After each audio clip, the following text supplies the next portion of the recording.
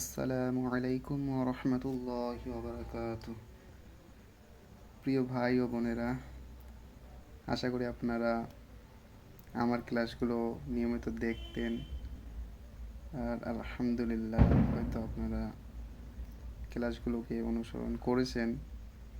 তো আশা করি আপনারা সবাই ভালো আছেন। তো সকলকে আমি স্বাগত জানাচ্ছি আমার নুরানি কায়দা ক্লাস যে সিরিজ, এই সিরিজের আজকে আমাদের বলতে গেলে শেষ ক্লাস করার ইচ্ছা আছে। ক্লাসটা হয়তো বড় হবে, তো ক্লাসটা মনোযোগ সহকারে দেখবেন, না হলে কম করে দেখবেন।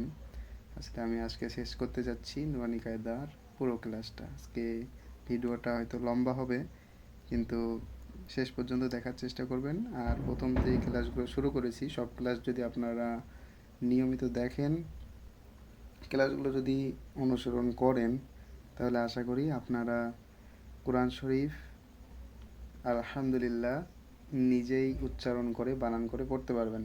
এরপরেও যদি নুরানি কায়দা পড়ার পরে যদি আপনাদের মনে হয় যে আমাদেরকে কোরআন অনুশীলন করা উচিত, কোরআন আমাদের পড়ে দিলে ভালো হয়, তাহলে আমাকে কমেন্ট বক্সে জানাবেন যে একবার কোরআন শরীফটা রিভিশন করে দেন, তাহলে আমি আপনাদের রিভিশন করে দেবো কোরআন শরীফটা।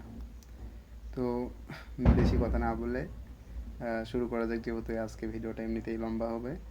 তো আমি বলে দেওয়াই ভালো, কিন্তু পড়ার সময় কেউ অতটা চাপ নিয়ে পড়বেন না। আশা করি অতটাও লম্বা হবে না। তো চলুন আমরা ভিডিওটা শুরু করি। দেখো, আগের ক্লাসগুলোতে আমি আপনাদের প্রত্যেককেই বলে দিয়েছি, যে কয়েকটা কায়দা, সেই কায়দা আমি বলে দিয়েছি। আজকে র র তো আমরা পড়েছি, জানি। তো আজকে সেই কায়দা দিয়ে শুরু করব। তো চলুন শুরু করা যাক। আর ভিডিওটা যদি ভালো লাগে সবাইকে শেয়ার করে দেবেন। বন্ধুবান্ধব যারা আছে, যারা আরবি শিখতে চায়, তাদের কাছে যেন ভিডিওটা পৌঁছে যায়। বিসমিল্লাহির রহমানির রহিম। দেখো, আজকে আমরা পড়বো র সাকিনের কায়দা। কিসের কায়দা? র সাকিন, অর্থাৎ র এর যে কায়দা, সেই র কখন পুর আর কখন বারিক হবে। পুর মানে কি? র এরকম পড়তে, আর বারিক মানে র। বুঝতে পেরেছেন? র রটাকে একটু পুর করে, ইকোর সাহায্যে নিয়ে র, আর বারিক মানে র। তো কখন পড়বো র আর কখন পড়বো র, সেটাই আর কি। এখানে দেখো, বাংলাগুলো যদি একটু মনোযোগ করেন, র এর উপর জবর, অর্থাৎ র এখানে আছে, এই র এর উপর যদি জবর চিহ্নটা থাকে, জবর জানো, পেশ, দুই জবর দুই পেশ হলে, তাহলে কখন করবো আমরা? যদি র এর উপরে জবর থাকে, পেশ থাকে, দুই জবর, জবর মানে কোনটা? এটা জবর। আর পেশ মানে এটা পেশ। তারপর বলছে দুই জবর অথবা দুই পেশ, যদি এটা থাকে তাহলে রকে আমরা কি করে পারবো? তাহলে আমরা রকে পুর করে পারবো। এটা একটা। দ্বিতীয় 2 নম্বর বলেছে কি? র সাকিনের পূর্বে জবর বা পেশ থাকলে। তাহলে কি এটা র এর উপরে সাকিন, তার পূর্বে জবর থাকে বা পেশ যদি থাকে, তাহলে রটাকে আমরা কি পড়বো? অর র, এইভাবে পড়বো। বুঝতে পেরেছেন? আর 3 নম্বর বলেছে র সাকিনের পূর্বে সাকিন এবং তার পূর্বে জবর অথবা পেশ হলে, অর্থাৎ র তো সাকিন আছে, মনে করো র এখানে, এটা কি র, র এর উপরে তো সাকিন আছে, তার পূর্বে একটা মনে করো হরফ আছে, যে কোনো হরফ থাকতে পারে, এখানে বা এর উপরে সাকিন, তাহলে র সাকিন, তার পূর্বে সাকিন, তার পূর্বের হরফ যদি জবর থাকে অথবা পেশ থাকে, তাইলে এই রটাকেও কি করে পড়বো? আমরা পুর করে পড়বো। বুঝতে পেরেছেন? 4 নম্বর বলেছে র সাকিনের পূর্বে জের আরজি হলে। আরজি বলতে দেখো এগুলো, আরজি কথা বলতে এইখানে যে বলেছে র সাকিনের পূর্বে জের আরজি, এখানে জেরটা যে আছে, এই জেরটা কিন্তু অ্যাকচুয়ালি অরিজিনাল জের না। এটা যখন তোমরা যদি কেউ মৌলানা লাইন পড়তে চাও, যে অ্যারাবিক নিয়ে পড়বো আমরা, তখন বলবে যে আরজি জের কেন হয় এটা। এটা হরফ, যেমন আমরা সংস্কৃত পড়তে গিয়ে গর্দান পড়েছি না, সংস্কৃতে গর্দান আছে, ঠিক একই রকম আরবিতেও গর্দান আছে। সেই গর্দান কি? কলা কলা, কলা কলু, কলাত কলাতা, এরকম গর্দান আছে। যারা আরবি পড়বে তাদের জন্য তো এতটুকু মনে রাখবেন, আরজি জের এই জেরটার সাথে এই সম্পর্ক থাকবে না। এই আরজি জেরের এখানে এই জেরটা কখনো কখনো দেওয়া থাকে না। সেটা তোমার কি করতে হয়? যে জায়গায় দেওয়া থাকবে না সে জায়গায় তোমার দেখতে হবে র এর পরের হরফ কি আছে। র এর পরের হরফ এখানে কি আছে? জিম আছে। জিমের নিচে কি আছে? জিমের নিচে জের আছে। তার মানে জিমের নিচে যেহেতু জের আছে তাহলে এখানেও হামজার নিচে আলিফের নিচে জের দিয়ে এটাকে হামজা করতে হবে, তাহলে এটা হলো আরজি। তো এটা এই ক্ষেত্রেও কি করতে হবে, এখানে রটা পুর করে পড়তে হবে। 5 নম্বর বলেছে র সাকিনের পূর্বে জের ও পরে হরফে মুস্তাআলিয়াতের 7টি হরফ যদি অক্ষরের মধ্যে কোনো একটা অক্ষর আসে তাহলে কি করতে হবে, সেই রটাকে পড়তে। মুস্তালিয়াত কোনগুলো তো পড়েছো না, জবর জের পড়ার সময় জবর যখন জবরের তোমরা কায়দা পড়েছো তাহলে কি খ জবর কি, খ জবর খা পড়েছো না খ পড়েছো, খ পড়েছো। তাহলে এই যে যে হরফের উচ্চারণগুলো জবর থাকা সত্ত্বেও আমরা আকার লাগিয়ে পড়িনি সেগুলোকে বলা হচ্ছে মুস্তালিয়ার হরফ। তাহলে খ, খ জবর খ হচ্ছে, র জবর কি র হচ্ছে, তারপরে ত জবর ত হচ্ছে, জ জবর জ হচ্ছে, এগুলো সবগুলোই কি, এগুলো হলো মুস্তালিয়া। এখানে বলা আছে খ জবর খ যেমন পড়ি, স জবর স, দ জবর দ, গইন জবর গ, ত জবর ত, কফ জবর ক, জ জবর জ। তাহলে এগুলো কি সবগুলো কি মুস্তালিয়া, যেগুলো আমরা জবর দেওয়া সত্ত্বেও আমরা কি আকার লাগিয়ে পড়ি না সেগুলোকে বলা হচ্ছে মুস্তালিয়ার 7টি হরফ। বুঝতে পেরেছেন? তো এই যদি কোনো কি বলেছে দেখো ভালো মতন জিনিসটা, র সাকিনের পূর্বে জের, র সাকিন তাহলে র এর উপরে কি থাকবে, সাকিন থাকবে, তার পূর্বে কি, তার পূর্বে যে কোনো একটা হরফের নিচে জের থাকবে, পরে হরফে মুস্তালের 7টি হরফ। তাহলে এই যে জের থাকার পরেও পরে যদি 7টা হরফের মধ্যে এই 7টা হরফের মধ্যে কোনো একটা হরফ থাকে, সেটা সাকিন আকারে, ওই হরফের সাকিন আকারে থাকতে পারে, জবর আকারে থাকতে পারে, পেশ আকারে থাকতে পারে, যাই থাকুক না কেন, যদি থাকে তাহলে সেই সময়ও সেই রটাকেও আমরা কি করে পড়বো, পুর করে পড়বো। বুঝতে পেরেছেন? আর তারপর বলেছে 6 নম্বরে আর একটা বলেছে র সাকিনের পূর্বে জের অন্য শব্দে আসলে, র সাকিনের পূর্বে জের অন্য শব্দে, যেমন এখানে দেখো এই যে এই রটা, এই মিমটা যে আছে এই মিমটা কিন্তু এর সাথে জড়িত নেই।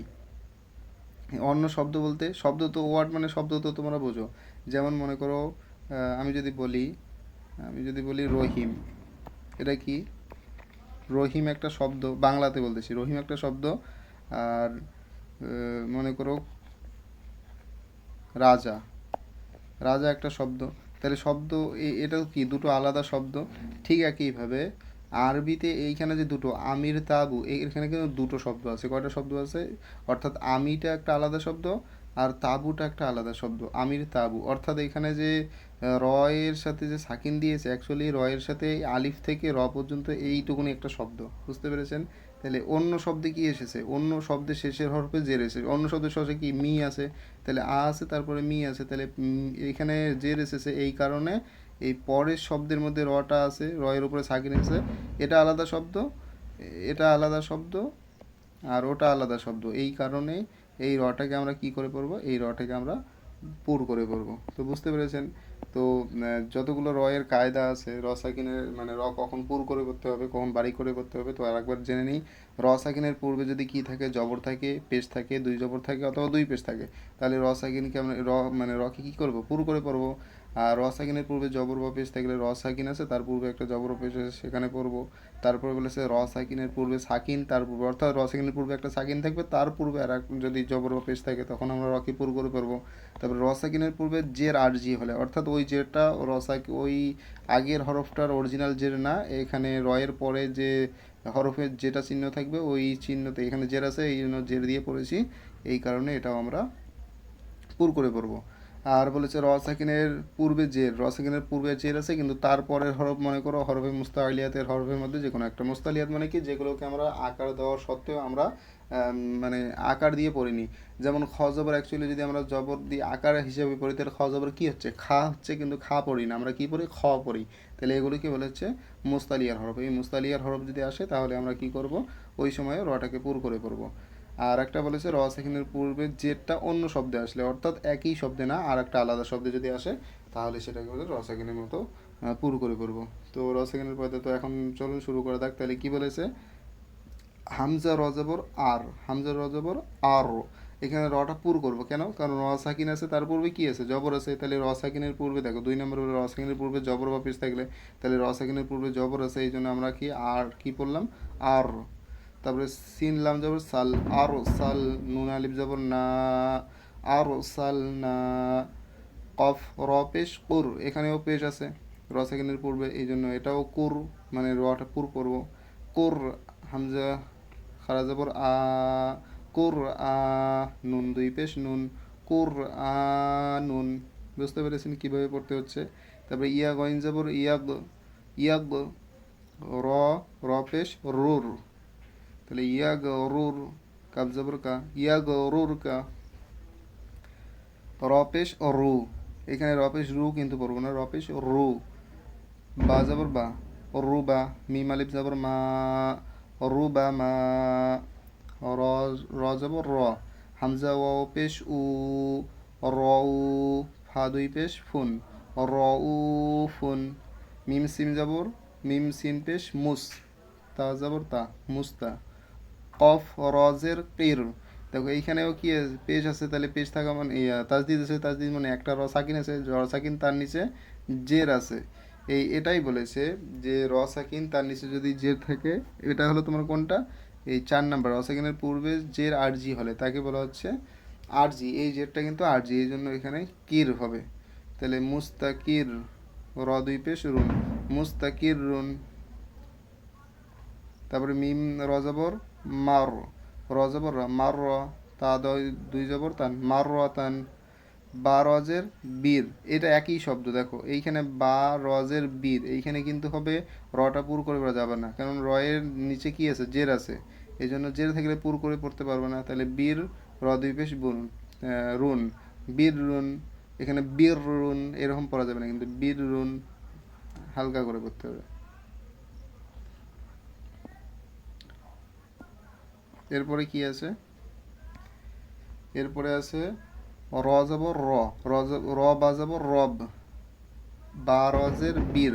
দেখো প্রথম র জবর এটা, এই রটা কিন্তু হবে কি বারিক হবে, কারণ এই রব বা এটা শব্দ আলাদা আর এটা শব্দ আলাদা, এই জন্য এই রটা বারিক করে পড়তে পারে। তাহলে র বা জবর রব, বা রজের বীর, রব্বির। জিমজের জি, রব্বির জি। আইন ও পেশ উ, রব্বির জি উ। নুনজের নি, রব্বির জি নি। আশা করি বুঝতে পেরেছেন। তারপরে এটা আবার পড়ো, হামজা, হামজা জবর আ, মিম রজের মির, আমির। তা আলিফ জবর তা, আমির তা। এই যে এইখানে দেখো এইটা কিন্তু আলাদা শব্দ, এটা আলাদা শব্দ, এই জন্য এখানে এই রটা পুর হয়ে গেল জের থাকা সত্ত্বেও। বুঝতে পেরেছেন? তাহলে কি হবে, আমির তা, বা ওয়াও পেশ বু, আমির তা বু। হামজা রজের ইর, এটা কি, এটা আর জিজের, এই যে জিমটা কিন্তু এটা, এই জিমের জন্য এই জেরটা এসেছে, এই জন্য এটাকে বলা হচ্ছে আর জিজের। তাহলে ইর জি, আইনিয়াজের ই, ইর জি ই। ফারজের ফির, এটা কিন্তু ফির পড়া যাবে না, ফির মানে সাধারণভাবে, কেননা এখানে রসা কিন্তু তার নিচে কি জের আছে, এই জন্য এটা ফির। কব জবর ক, ফির ক, তা দুই পেস্তুন, ফির কতুন। মিম, হ্যাঁ দেখো এখানে কিন্তু আর একটা জিনিস আমি বললাম যে এখানে পুর করা যাবে না, কিন্তু পুর করতে হবে কিসের জন্য, কফ, কফ একটা কি মুস্তাহালাতের হরফ, তাহলে মুস্তাহালাতের হরফ, এই জন্য এখানে কফ, ক আসছে, কফ জবর কি, ক আসছে, এই জন্য এই রটার সামনে জের থাকা সত্ত্বেও আমরা কি করব, এটা পুর করে করব। ফির ক, তা দুই পেশ তুন, ফির কতুন, ফির কতুন। এখানে সদ জবর স আসছে, এই জন্য এই রটাকে পুর করে করবো, তাহলে মির সদান। এখানে দেখো মুস্তাহালাতের হরফ এসেছে, তাহলে ইর ত সিন। বুঝতে পেরেছেন? তো এরপরে দেখবো, আচ্ছা র বারিক, র বারিক এবার কোন কোন কারণে বলেছে দেখো। র বারিক কয়েকটা কারণে এখানে বলে দিয়েছে, তো দেখা যাক র বারিক কি বলেছে। রয়ের নিচে অথবা দুজের হলে, রয়ের নিচে যদি জের থাকে অথবা দুই জের যদি থাকে, তাহলে র সাকিনের পূর্বে জের থাকলে, র সাকিনের পূর্বে যদি জের থাকে, তাজদিদ যুক্ত নিচে জের হলে বা দুজের হলে, তাজদিদ যুক্ত আছে তার নিচে জের আছে, তাহলে ওটা হবে। র সাকিনের পূর্বে সাকিন হলে, র সাকিনের পূর্বে ইয়া সাকিন, র সাকিনের পূর্বে কি, যদি ইয়া সাকিন তাহলে রয়ের উপরে কি আছে, রয়ের উপরে সাকিন আছে, তার নিচে কি ইয়ে, তার আগে ইয়ে আছে, ইয়ের উপরে কি সাইন আছে, সাকিন আছে, তাহলে এরকম থাকলে কি হবে, এটাও হবে তোমার বাড়ি করে পড়তে হবে। র সাকিনের পূর্বে সাকিন এবং তার পূর্বে জের হলে, তাহলে র সাকিনের পূর্বে সাকিন, র সাকিনের পূর্বে সাকিন, তার নিচে যদি জের হয়, তাহলে র সাকিনের পূর্বে সাকিন তার নিচে যদি জের হয়, তাহলে সেটাও কি করতে হবে, বাড়ি করে পড়তে হবে। মানে অ্যাকচুয়ালি বলতে গেলে কোরআন শরীফের ক্ষেত্রে অতটা ইয়া হয় না, কিন্তু যতটা দরকার মানে এতটুকু মনে রাখবে, র সাকিনের আগে যদি জের থাকে মুস্তাহালাতের হরফের মধ্যে যদি কোনো একটা আসে তো র বারিক করে করবে, এটা একটু বেশি আসে। আর র সাকিনের উপর জবর বা পেশ বা র সাকিনের আগে জবর বা পেশ থাকলে সেটা পুরো করে পড়তে হবে। আর র সাকিনের নিচে যদি জের থাকে, র সাকিনের নিচে দুই জের থাকে, র সাকিনের উপর তাসদিদ, তার নিচে যদি জের থাকে তাহলে রটাকে বারিক করে পড়তে হবে। এইগুলো যে কয়েকটা বললাম, পেজ থাকলেও বারিক করে পড়তে হবে। তো এখানে দেখা যাক কি বলেছে।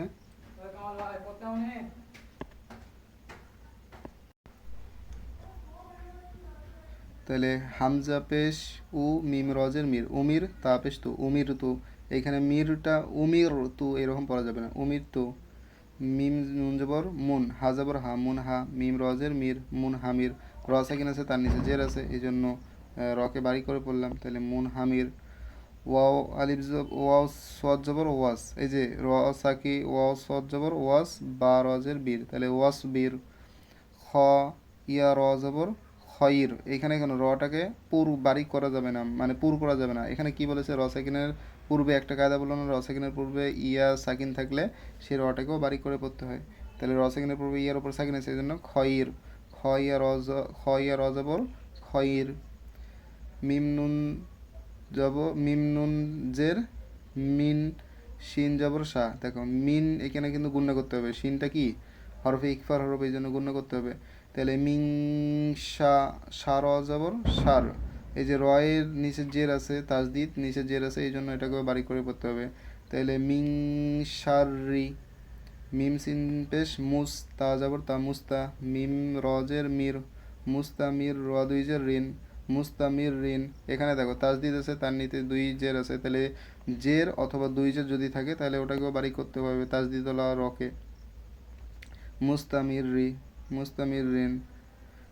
বা রজের বা র জবর বার, রজের রি, বার রি, বার রি। বা রজের বীর, রজের রি, বীর রি। জাল, জাল র পেশ জুর, রজের রি, জুর রি। রয়াজের রি, দেখো এখানে ইয়ার উপর তাজ দিয়েছে, এই জন্য কি দুটাই একসাথে নিতে হবে। তাহলে জাল একটা রকে নিয়ে জুর, রয়াজের রি, জুর রি। ইয়া জবর ইয়া, জুর রিয়া, তা দুই জবর তান, জুর রিয়াতান, জুর রিয়াতান। এই রয়াজের রি এখানে টান দিতে হবে, তাহলে জুর রিয়াতান। তাপিস তু, হাজাব হার জবর হার, তুহার। রজের রি, তুহার রি। মিম পেশ মু, তুহার রিমু। এখানে রটা পুর করে পড়ে তুহার রিমু এরকম পড়তেছি না, কেন বলো তো? কারণ র এর উপর তাজদিদ আছে, তার নিচে কি আছে, জের আছে। তাহলে র এর উপর তাজদিদ জের বা র এর উপর তাজদিদ তার নিচে দুই জের থাকলে কি করতে হবে, রকে বাড়ি করে পড়তে হবে, এই জন্য এভাবে পড়তেছি। তাহলে তুহার রিমু। কফ, কফ জবর ক, দ দালিয়া রজের দির। এখানে দির এরকম পড়লাম না, কেন বলো তো? কারণ রয়ের উপর সাকিন আছে, তার আগে হরফ ইয়া, ইয়ার উপর সাকিন আছে, তাহলে রয়ের উপর সাকিন, ইয়ার উপর সাকিন, তার আগে যদি এরকম থাকে তাহলে রটাকে কী করতে হবে, তার আগে কি চিহ্ন থাকে থাক, ওটা দেখতে হবে না আমাদের, যদি দেখতে হবে রয়ের উপর সাকিন, রয়ের আগের হরফ ইয়া, তার উপরে সাকিন আছে, তাহলে রটাকে বারিক করে পড়বো। তাহলে কদির। দাল দুই, দাল র পেশ দূর, দূর রজ রয়াজের রি, দূর রি। ইয়া দুই পেশ ইউন, দূর রিউন। দেখো এখানে আর কতটা জিনিস আছে, কিছু অক্ষর লেখা হয়। এখানে দেখো বলেছে কিছু অক্ষর লেখা হয় কিন্তু পড়া হয় না, যেমন তোমাদের একটা আগেই বলেছিলাম আমি, এই যে খারা জবরের সাথে ইয়া লেখা হয় কিন্তু পড়া হয় না। তাহলে তারপরে এখানে ফা, দেখো এইখানে ফা, ফায়ের সাথে কি আলিফ আছে, তাহলে ফা আলিফ জবর কি হবে, ফা। তারপরে আইন ফা, এরকম পড়া যাবে না, ফা। বুঝতে পেরেছো? তাহলে লেখা হয় পড়া হয় না। বুঝতে পেরেছেন? এগুলো তোমাদের আগেই বলেছিলাম আমি। তাহলে এগুলো একটু মানে মুখস্থ করে রাখতে হবে। তাহলে দেখো দাল ইয়া রজ, দাল ইয়া খারা জবর দা, এরকম পড়া যাবে না, দাল খারা জবর দা। ফা আলিফ জবর ফা, আলিফ আইন জবর ফা, এরকম পড়া যাবে না। তাহলে কি ফা আইন জবর ফা। ওয়াও আলিফ লাম জবর, দেখো ওয়াও আলিফ লাম জবর ওয়াল, এরকম পড়া যাবে না, ওয়াও লাম জবর ওয়াল। বুঝতে পেরেছেন? এরকমভাবে পড়তে হবে। তারপরে জাল লামপেশ জুল, এখানে জাল ওয়াও লামপেশ জুল, এইভাবে পড়া যাবে না, কেননা ওর উপরে তো সাকিন নেই, তো আমরা টান দেবো কেন এখানে? বুঝতে পেরেছো? তাহলে এটা কী হবে, জাল লামপেশ জুল। লাম ইয়া খারা জবর এরকম পড়া যাবে না, লাম খারা জবর লা, বুঝতে পেরেছেন? তারপরে কি আছে, ওয়াও জবর ওয়া, হামজা জবর আ, ওয়া আ, নুন আলিফ জবর না, ওয়া আনা। তারপরে লাম কাফ পেশ কুম, ওয়া আনা লাকুম। এই যে ওয়া আনা, এইখানে আনাটাকে টান দেওয়া যাবে না, এই নুনটা ওয়া আনা লাকুম এইভাবে টান দেওয়া যাবে না, এখানে নুনটা মানে আলিফটা লিখতে এসেছে কিন্তু আলিফটারে টান দেওয়া যাবে না, তাহলে ওয়া আনা লাকুম। আইন জবর আ, লাম খারা জবর লা, আলা, হা পেশ হু, দাল খারা জবর দা, হুদা। ফা আইন জবর ফা, ফা পেশ ফু, ফা ফু। ইয়া, এ দেখো আলিফের সাথে ইয়ার উপরে কি আছে, আবার সাকিন আছে, তাহলে ইয়া আলিফ ইয়া সিন এইভাবে পড়া যাবে, ইয়া ইয়া জবর ইয়াই, হামজা জবর আ, ইয়াই আ, সিন পেশু, ইয়াই আসু। এখানে ইয়াই আসু এইভাবে পড়া যাবে না, কিন্তু এইখানে আলিফটা টান দিয়ে পড়া যাবে না, এই জন্য ইয়াই আসু। নুন জবর না, র খারা জবর র, না র, এইটা বলতে গেলে ইয়া, কিন্তু এখানে ইয়াটা পড়া যাবে না, তাহলে না র। কাব জবর কা, না র কা। ওয়াও আলিফটা, ওয়াও আলিফ জবর ওয়া এরকম পড়া যাবে না, ওয়াও লাম জবর ডাইরেক্ট করতে হবে, ওয়াও লাম জবর ওয়াল, হামজা ওয়াও পেশ উ, ওয়া উ, লাম খারা জবর লা, ওয়া উ লা। জাল ওয়াও লাম এরকম পড়া যাবে না, জাল লাম পেশ জুল। ফা জবর কি হবে, ফজ, লাম জের লি, জুল ফজলি। তারপরে কি আছে, ফা আলিফ, এখানে আলিফটা পড়া যাবে না, দালকে ধরতে হবে ডিরেক্ট, তাহলে ফা দাল জবর ফাদ, আইন পেশ উ, ফাদ উ, লাম জবর লা, ফাদ উ লা, নুন খারা জবর না, ফাদ উ লানা।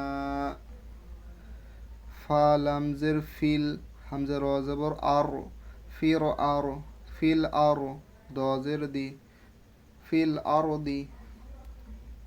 জা লাম পেশ জুল, জিম জবর জা, জুল জা, লাম খারা জবর লা, জুল জালা, লাম জের লি, জুল জালালি। ওয়াও আইন জব, ওয়াও লাম জবর ওয়াল, আইন খারা জবর আ, ওয়াল আ, দাল ইয়া দাল জের দি, ওয়াল আদি। ইয়া খারা জবর ইয়া, ওয়াল আদিয়া, তা জের তি, ওয়াল আদিয়াতি। তো বুঝতে পেরেছেন, মানে এই সমস্ত হরফ লিখতে আসে কিন্তু পড়তে আসে না।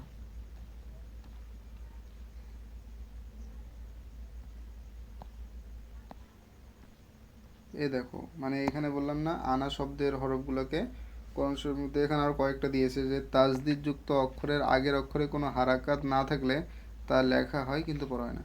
দেখো তাজদিদ যুক্ত হরফ, তাজদিদ যুক্ত হরফ মানে কি, এটা এই চিহ্নটাকে কি বলা হচ্ছে, তাজদিদ।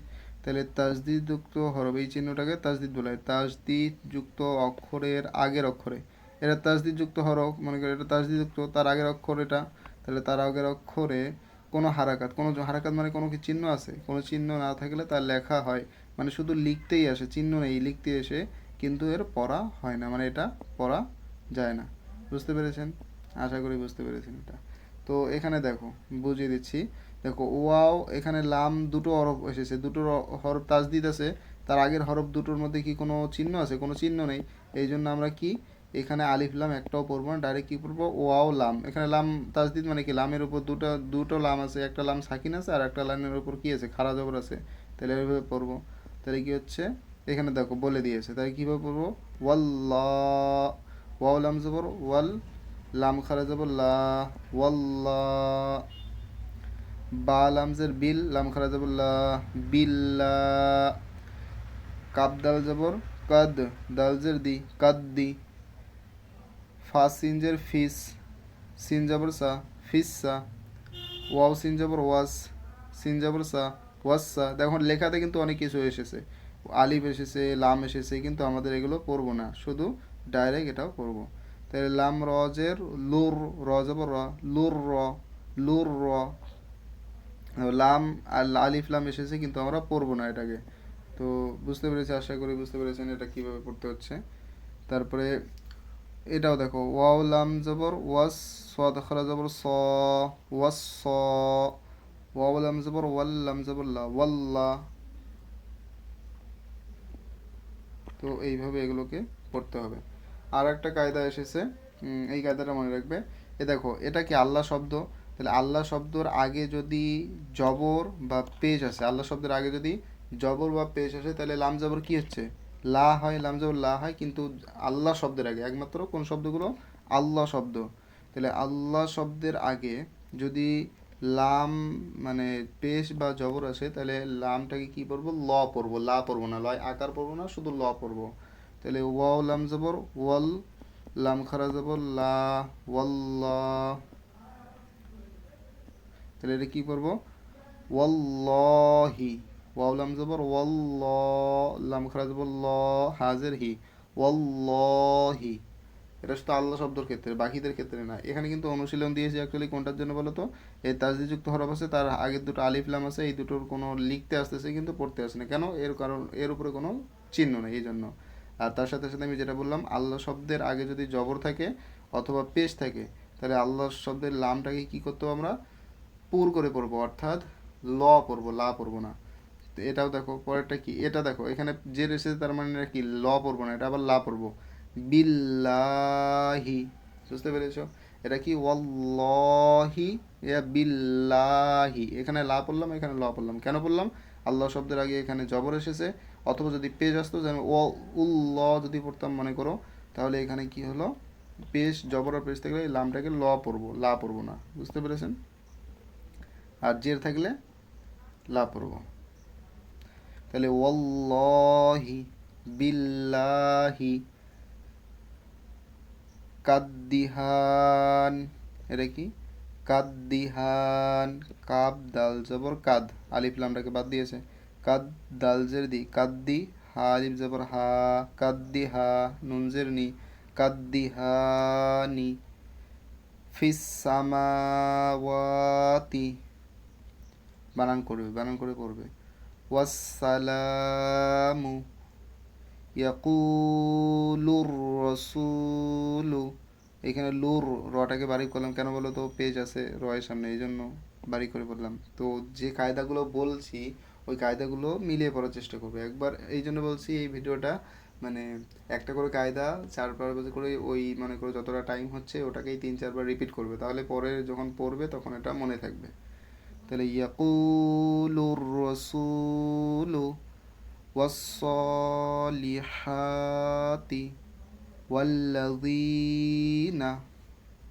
বুঝতে পেরেছেন, এই যে আল্লাহ শব্দের কায়দা এখানে, এটা ওটাই এখানে বলেছে, তো ওটা পড়ে নেবেন, বাংলাটা একবার রিডিং পড়বেন তাহলে হয়ে যাবে।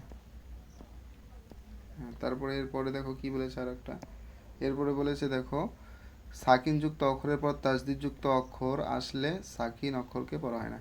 এই যে দেখো এখানে কি সাকিনযুক্ত অক্ষর আছে, তারপরের হরফ কি এসেছে, আবার তাসদিদে এসেছে। তাহলে সাকিনযুক্ত হরফ, ওটাই বলেছে যে সাকিনযুক্ত হরফের পরে যদি তাসদিদযুক্ত হরফ আসে, তাহলে এই সাকিনযুক্ত হরফটাকে পড়তে হয় না, অর্থাৎ এখানে দালটাকে পড়তে হবে না, এখানে তাটাই নিয়ে পড়তে হবে, অর্থাৎ কাব দালজের কিদ, এইটা পড়া যাবে না, কাব তাজের কিত, মানে ত পড়তে হবে, এখানে দালটাকে এটা বাদ দিয়ে পড়তে হবে। বুঝতে পেরেছো, এই যে এখানে দেখিয়ে দিয়েছে কিভাবে পড়তে হচ্ছে, তো এইভাবে পড়বেন। কায়দাটা কি, সাকিন যুক্ত হরফের পর যদি তাসদিদ যুক্ত হরফ আসে, তাহলে সাকিন যুক্ত হরফকে বাদ দিয়ে আমরা তাসদিদ যুক্ত হরফকেই পড়ব। এই জন্য বলেছে কিত্তা, ইজ্জ, ইজ্জ, কুর্র, জাত্তু।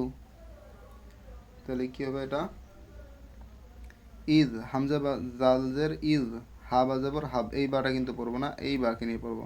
তাহলে ইজ হাব, বাজের বি, ইজ হাব্বি, কাবজের কি, ইজ হাব কিতা, তাখারা যাব তা, কিতা বা ইয়াজের বি, তাহলে ইজ হাব্বি কিতাবি, ইজ হাব বি কিতাবি, ইজ জাহাবা, ইউদরিকুম, ইউদরিকুম, ইয়াজআল্লাহু, এই লাম পড়লাম না, পরের লাম পড়েছি, ইয়াজআল্লাহু, মা ওয়াআত্তানা, দাল পড়িনি, তা পড়েছি, মা ওয়াআত্তানা, ওয়াআদ, ওয়াআদ পড়িনি, ওয়াআত্তানা, তা পড়েছি। বুঝতে পেরেছেন, তাহলে মা ওয়া'আদতানা। লাকদ কিত্তা, কিদ না, লাকদ কিত্তা। মাহাত্তু, মাহাত্তু, এখানে মিম হাজাবার মাহ, তারপরে হাত হাজার হাত, মাহাত্তু। ওয়াজাত্তুম, এইখানে জাল পড়বো না কিন্তু জ পড়বো। ইজ যালামু, কুর রব্বি, কুল না, কুর রব্বি। কত্তা, এটা কি কত, এখানে তা পড়বো, তাহলে কি কত্তাবাইয়ান, কত্তাবাইয়ান। কতা যাবর কফ তাল যাবর কি হবে, কফ, আর তা যাবর কত, তা যাবর তা, কত্তা, বাই ইয়া যাবর বাই, কত্তা বাই ইয়া যাবর ইয়া, কত্তা বাইয়া, নুন যাবর না, তাহলে কত্তা বাইয়া না।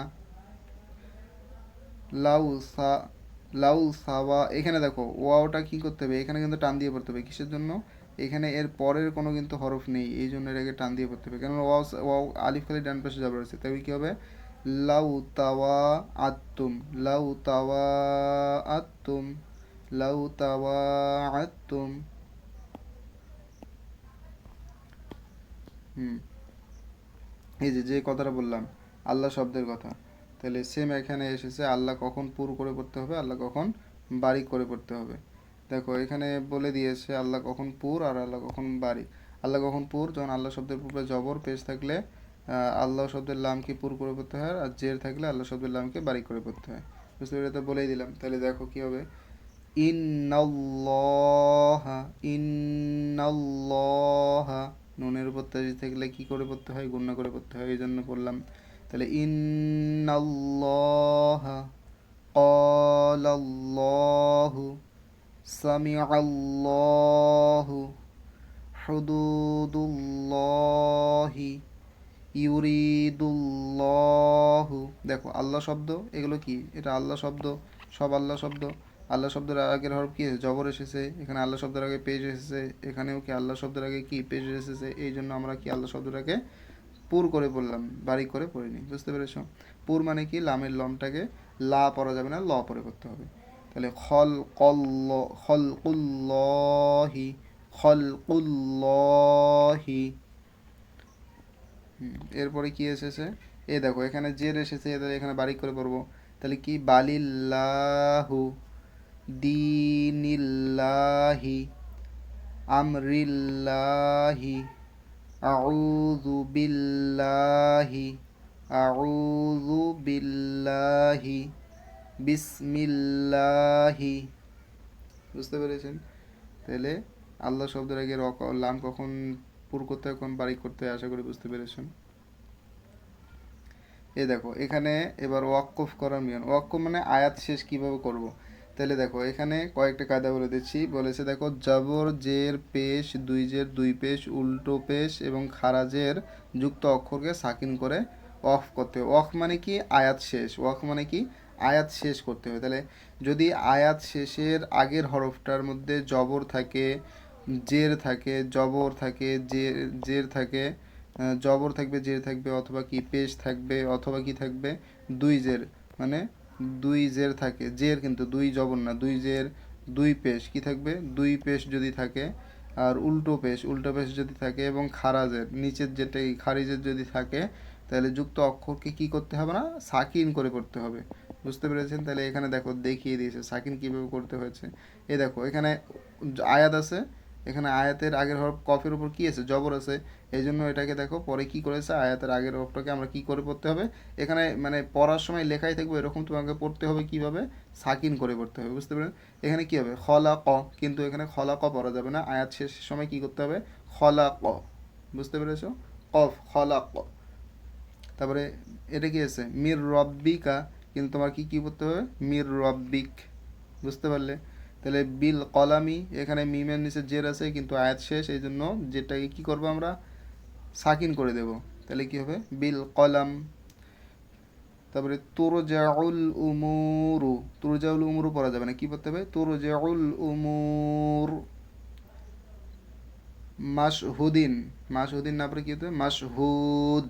বুঝতে পেরেছো, তারপরে মারকুমুন, না পরে কি করতে হবে মারকুম, বুঝলে?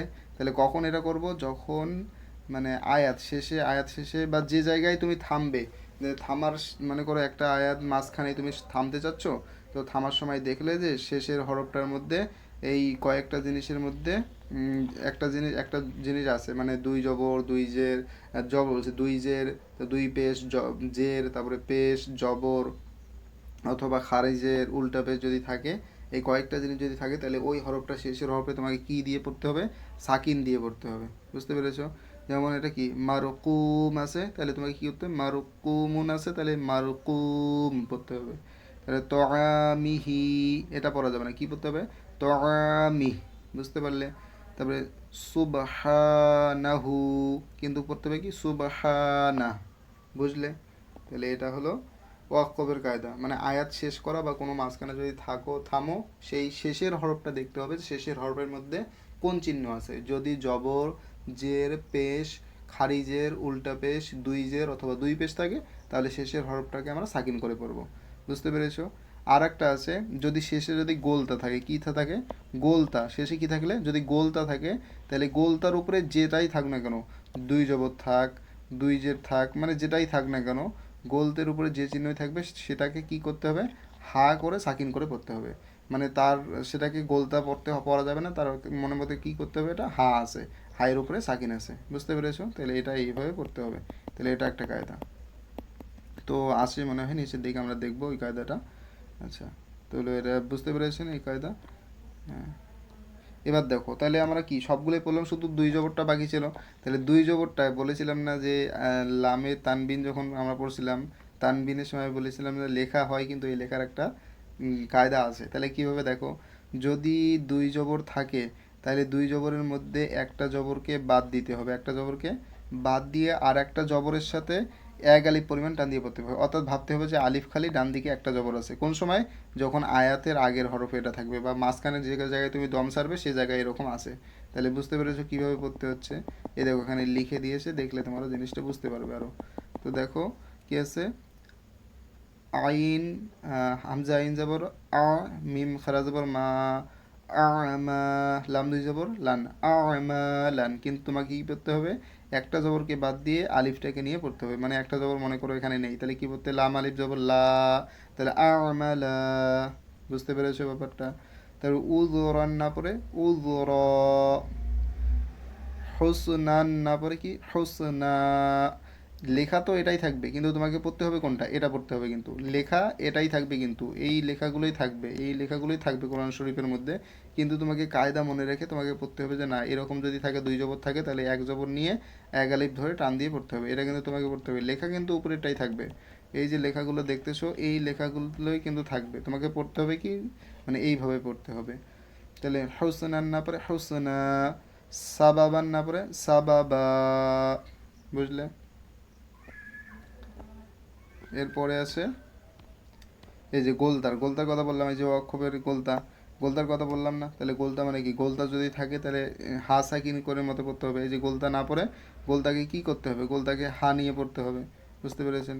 তাহলে কি আল আখিরাতু না পড়ে আল আখির, তারপরে নাজিরাতুন না পড়ে নাজির, এটা কি বলতে, মুসদাতুন না পড়ে কি মুসদা, খাশিয়াতুন না পড়ে খাশিয়া, বুঝলে? লেখা কিন্তু এইগুলোই থাকবে, লেখা এই সমস্তই থাকবে, তোমাকে জাস্ট মানে হা গোলতা থাকার কারণে এটাকে হা সাকিন ধরে পড়তে হবে, বুঝতে পেরেছো? মানে বানান করার সময় কি, হামজা লাম জবর আল, হামজা খারা জবর আ, তারপরে আল আ, খজের খি আল আখি, র জবর র আল আখি র, তা পেশ তু আল আখি র তু, কিন্তু তুমি দেখলে যে শেষে আয়াত আছে, তাহলে তোমার আগে কি হতো, তা পেশ তু পড়া যাবে না, হা পেশ হা, এটা হা পড়ে নিতে হবে। তাহলে কি র হাজাবর রা, হার উপর সাকিন, সাকিন হওয়ার হরফকে তার আগের হরফের সাথে মিলিয়ে পড়তে হবে, এই জন্য র হাজাবর কি পড়তে হবে, র, যেহেতু তুমি দেখলে আয়াত শেষ এখানে এই জন্য। তাহলে আল আখির, বুঝতে পেরেছেন? তাহলে এইভাবে পড়তে হবে। এখানে আর একটা বলেছে ওয়াকফের কায়দা, কি বলেছে দেখো, ওয়াকফ করার সময় খাড়া জবর ও সাকিনের আপন অবস্থায় পড়তে হয়। এই যে খাড়া জবর, তাহলে ওখানে কি আমরা খারিজেরটা পড়লাম আর উল্টা পেশ জেনেছি, উল্টা পেশটা জেনেছি আর খারিজ, কিন্তু খাড়া জবর যদি থাকে, খাড়া জবর আর সাকিন যদি সেটা এমনিতেই থাকে, আমরা কোনো কিছুকে পড়ার জন্য শেষে আমরা সাকিন করে পড়তেছি, কায়দা পড়লাম দুই জবর থাকলে, মানে জের থাকলে, তারপরে জবর থাকলে, পেশ থাকলে, তারপরে দুই জের থাকলে, দুই পেশ থাকলে আমরা কি করতাম শেষে, তা অটোমেটিকলি যদি সাকিন দেওয়াই থাকে তাহলে সেটা আমরা কি করে পড়বো, কিছুই করে পড়বো না। শুধু একটা থাকে খাড়া জবরটাকে থাকলে কি করতে হবে, খাড়া জবর যদি থাকে তাহলে ওই খাড়া জবরেই পড়তে হবে। আর একটা কি দু জবর, দুই জবর যদি থাকে তাহলে কি করতে পড়তে হয়, দু জবর থাকলে আমাদের কি একটা জবরের সাথে এক আলিফ টান দিয়ে পড়তে হয়, গোলতা থাকলে সেটাকে হা সাকিন করে হা করে পড়তে হবে, ব্যাস এই কয়েকটাই। তাহলে কি হবে এটা, ইয়ারদ, ফাসাওয়া, ফাআনজির, ফাকাব্বির, ফাংসব, তানহারু। দেখো এখানে ফাং টান দিলাম কিসের জন্য, নুন সাকিনের কায়দার মধ্যে নুন সাকিনের পরে সদ এসেছে হরফে ইকফার হরফের জন্য টান দিয়ে পড়লাম। আশা করি সব কায়দাগুলো আগের ক্লাসে আছে, একবার যে দেখে নেবেন ক্লাসগুলো। এবার দেখো বলেছে তাজদিদের পর তাজদিদ, অর্থাৎ দুটো তাজদিদ।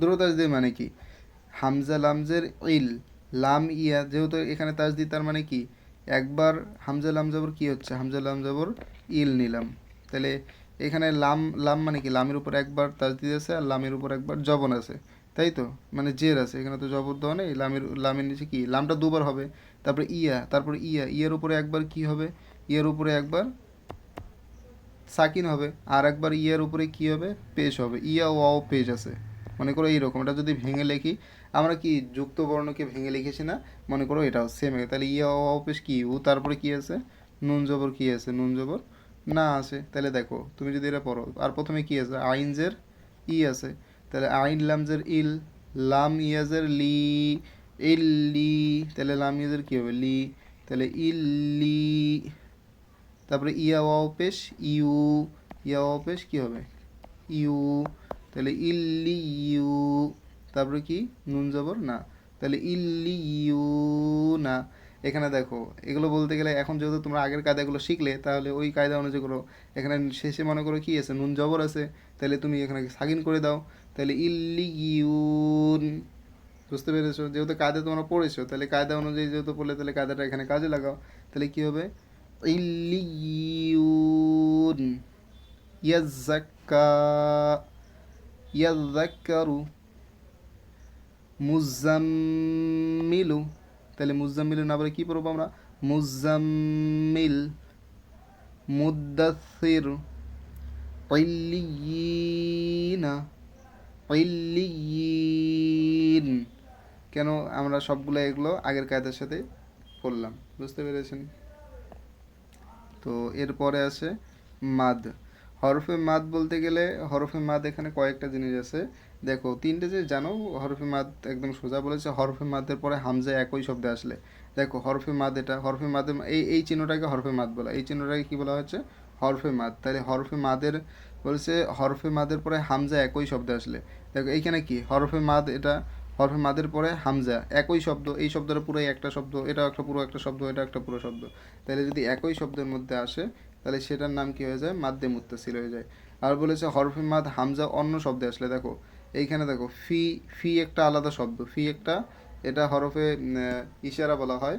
তো এইগুলো মানে কায়দা যারা পড়ে তাদের জন্য লাগে, তা এটা ফি কিন্তু একটা আলাদা, ফি মানে বলে না আম, যেমন উসমে, উসমে হিন্দিতে বলে না উসমে, উস, উসসে, তাহলে ফি মানে উসমে, মে, মে মানে ওই, এটা একটা আলাদা শব্দ তৈরি হয়। যেমন প্রোনাউন আমরা বলি না, ইংলিশে কি বলা হয়, প্রোনাউন বলা হয়, এই প্রোনাউনটা হলো তোমার, মানে এটা একটা ফি দিয়ে দ্বারা বোঝানো হয়, এটা হলো প্রোনাউন, তাহলে এটা একটা আলাদা শব্দ, তাহলে এটা একটা আলাদা শব্দ, এটা আলাদা শব্দ, এই জন্য দেখো এখানে মাদ এসেছে কিন্তু পরের শব্দ, পরের শব্দে হামজা এসেছে, তাহলে এটাকে কি বলে, মাদ্দে মুনফাসিল। আর একটা বলেছে যে হরফে মাদ্দার পরে পরের অক্ষর সুকুন অথবা তাজদিদ হলে, তাহলে দেখো হরফে মাদ্দা তারপরের হরফে সুকুন এসেছে, এখানে হরফে মাদ্দা তারপরের হরফ কি এসেছে, তাজদিদ হলে হরফ এসেছে, তাহলে এটা যদি থাকে তাকে কি বলা হয়, মাদ্দে লাজিম বলা হয়। তাহলে এই সমস্ত এই তিনটা, এই তিনটা বলছে, কি বলেছে, যদি এই তিনটার মধ্যে কোনো একটা আসে তাহলে আমরা কি করে পড়তে হবে, আমাদের এগুলোকে এক আলিফের বেশি টান দিয়ে পড়তে হবে। হরফে মাদ্দের পদে ওয়াকফ করলে আরজি হয়ে মাদকে পাঁচ আলিফ টেনে পড়তে হয়। ওটা বলতেছি, তাহলে দেখো হরফে মাদ্দে মুত্তাসিল আর মাদ্দে মুনফাসিলকে 4 আলিফ, অর্থাৎ মাদ্দে মুত্তাসিল মাদ্দে মুনফাসিল, অর্থাৎ হরফে মাদের পরে যদি হামজা একই শব্দের মধ্যে আসে আর হরফে মাদের পরে যদি হামজা আলাদা শব্দের মধ্যে আসে, তাহলে কতটা করে টান দিয়ে পড়বো? 4 আলিফ পরিমাণ। তাহলে 1 আলিফ যদি 1 থেকে 1.5 সেকেন্ড হয়, তাহলে 4 আলিফ কত? 6 সেকেন্ড বা 5 সেকেন্ডের মতো বা 4 সেকেন্ডের মধ্যে টান দিয়ে পড়বে একটু। আর যদি মনে করো হরফে মাদের পরে যদি যজমওয়ালা হরফ মানে সাকিনওয়ালা হরফ বা তাজযুক্ত হরফ আসে, তাহলে কত আলিফ? 5 আলিফ। 5 আলিফ টান দিয়ে পড়তে হবে। কত আলিফ? 5 আলিফ টান দিয়ে। এটা একটা বলেছে। আর একটা কায়দা আছে, কায়দাটা জেনে নিই তারপরে পড়বো। তাহলে এই কায়দাটা হলো কি, যে শেষে যেমন কোনো একটা আয়াত শেষ করতেছো, মাদ্দে আরজি ওয়াকফ কাকে বলে? যে কোনো একটা আয়াত শেষ করতেছো, এখানে মনে করো আয়াত চিহ্ন, এই গোল চিহ্নকে আয়াত বলে। তাহলে আয়াত শেষ করতেছো, তার আয়াত শেষ করার আগে একটা মনে করো টানের হরফ এসেছে, যে কোনো একটা টান দিয়ে পড়তে হচ্ছে, তাহলে সেই জায়গায় এখানে এই আলিফটাকে ধরে নিতে হবে এখানে মাত, এখানে আরজি ওয়াকফি মাত, মানে অর্থাৎ এটার মধ্যে হরফে মাত চিহ্ন নেই, এই চিহ্নটা নেই, কিন্তু তার সত্ত্বেও আমাদের তুমি 4-5 আলিফ টান দিয়ে পড়তে পারবে, কোনো সমস্যা হবে না। বুঝতে পেরেছেন? তাহলে কি হবে এটা? যা আ, কি বলবো আমরা এটা? যা আ, টান দিয়ে বললাম বেশিক্ষণ। সি আত, সু উ, ফি আমরিনা,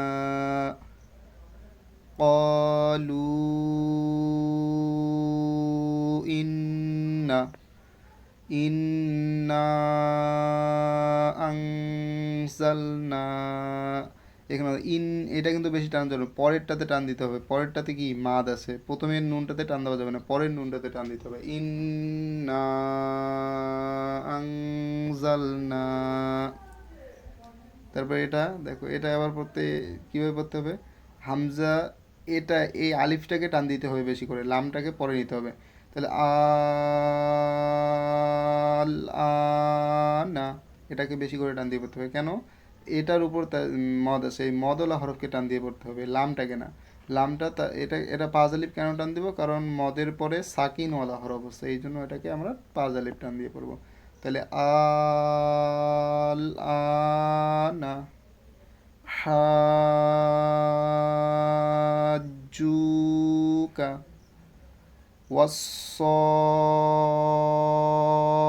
ওয়াসসাফাতি। এটা কি আছে? এই যে এখানে দেখো, এটা মনে করো শেষে আয়াত আছে, এগুলো শেষে কি আছে? আয়াত আছে। তাহলে আয়াত থাকার পরে আমরা শেষেরটাকে টান দিয়ে পড়তে পারবো, মানে 4-5 আলিফ। তাহলে তুকাযিবান, নাস্তাঈন। নামাজ পড়ার সময় দেখবে যে মানে কোরআন শরীফে পড়ে যখন ইমাম সাহেবরা মানে আয়াত শেষে কি করে একটু টান দেয়, যেমন গয়রিল মাগদুবি আলাইহিম ওয়ালাদ্দাল্লিন, ওখানে লিনটা কিন্তু ততক্ষণ টান টান নেই, কিন্তু তারপরে তাই কিসের জন্য? কারণ এটা হরফে আয়াত শেষ করতেছে, হরফে আরিজ ওয়াক্কফির মধ্যে পড়ে, মাদ্দে আরিজ ওয়াক্কফি, এই জন্য। তা'লামুন। আশা করি বুঝতে পেরেছো হরফে মাদ। আচ্ছা, এরপরে কি আছে? এই দেখো, এবার এতগুলো যে পড়লাম এগুলোকে এবার সবগুলো একসাথে মিশিয়ে আমাদের একটা পড়া দিয়েছে। তাহলে কি হবে? এই যে যেটা বললাম, গয়রিল, গয় নিয়ে যাবর একটা শুধু আমি বানান করে দিব, বাকিগুলো এইভাবে বানান করে পড়বে। তাহলে গয় নিয়ে যাবর গয়, র লামজের রিল, এখানে রকে বারিক করে পড়া যাবে না, পুর করে মানে পুর করে পড়া যাবে না, বারিক করে পড়তে হবে, কারণ রয় নিচে জের আছে। তাহলে গয় রিল, মিম গয়ন যাবর মাগ, গয় রিল মাগ, দোয়া দোয়া পেশ দু, গয় রিল মাগ দু, বাজের বি, গয় রিল মাগ দু বি, আইন জবর আ, গয়রিল মাগদুবি আ, লামিয়া জবর লাই, গয়রিল মাগদুবি আলাই, হাজের হি, গয়রিল মাগদুবি আলাইহি। দেখো হামিমজের হিম হবে, তাহলে গয়রিল মাগদুবি আলাইহিম, ওয়াও জবর ওয়া, তাহলে গয়রিল মাগদুবি আলাইহিম ওয়া, লাম জবর কি হবে? এই দেখো, এখানে আলিফ এসেছে, এখানে আলিফ, কোনোটার কি চিহ্ন আছে? নেই। এটা কিন্তু একটু আগে বললাম যে তাজদিদওয়ালা হরফের আগে যদি কোনো চিহ্ন হরফ থাকে, তার আগে তার সেই হরফের মধ্যে যদি কোনো কিছু হারকাত বা চিহ্ন না থাকে, তাহলে কি করতে হয়, ওগুলোকে বাদ দিয়ে ডিরেক্ট তাজদিদওয়ালা হরফকে পড়তে হয়। তাহলে লাম দজ জবর লাদ হবে, গায়রিল মাগদুবি আলাইহিম ওয়ালাদ, দদ, এই যে দদ আলিফ মদ জবর দ, এখানে লামটার সাকিন আছে, এই দটাকে টান দিয়ে তারপরে লামটাকে নিতে হবে, দল, তাহলে দোয়াত আলিফ লাম মদ জবর দল, তাহলে গায়রিল মাগদুবি আলাইহিম ওয়ালাদ, লাম ইয়াজের লি। তাহলে এখানে দেখো এই যে আয়াত শেষ এসে গেছে, তাহলে এই নুন সেকেন্ডের আগে কি একটা টানের হরফ আছে, এই জন্য আমরা টান দিয়ে পড়তে পারবো এটা। এটাকে কি বলা হচ্ছে, মাদ্দে আরজি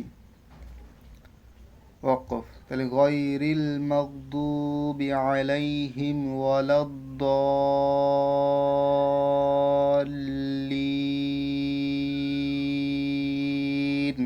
এখানে লিনটার নুনটাকে কেন আমরা সাকিন করলাম, কারণ আয়াতের শেষে যদি তার আগের হরফে জবর, পেশ অথবা জের অথবা দুই জের দুই পেশ অথবা খারিজের উল্টা পেশ যদি থাকে, তাহলে আমরা সেগুলোকে সাকিন করে পড়তে হয়, এই জন্য আমরা সাকিন করে পড়লাম নুনটাকে। তাহলে প্রত্যেকটা এইভাবে পড়বে। আর পারলে এই যে এখানে উপরে কি আছে, হরকত আছে, হরকতকে তাড়াতাড়ি পড়তে হয়, টান দিয়ে পড়তে হয় না, এগুলো একবার রিভিশন করা।